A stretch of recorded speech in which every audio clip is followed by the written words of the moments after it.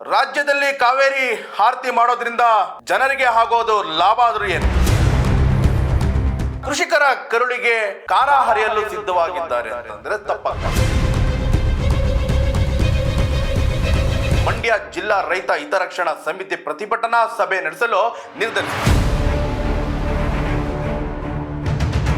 ಕಾವೇರಿ ಹೆಸರಲ್ಲಿ ಕಾಂಗ್ರೆಸ್ನವರು ರಾಜಕೀಯ ಬೇಳೆ ಏನಾದರೂ ಬೇಯಿಸ್ಕೊಳ್ತಾ ಇದ್ದಾರೆ.